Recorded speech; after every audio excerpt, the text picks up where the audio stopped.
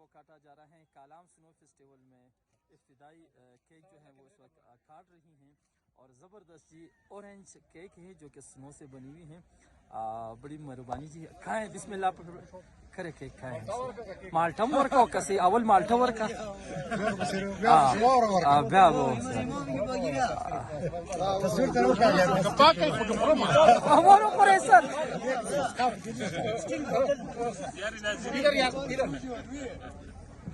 बिल्कुल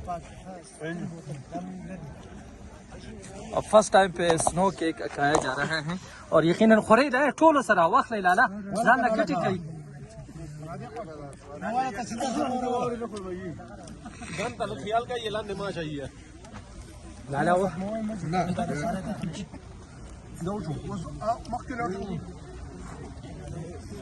مخي مزوع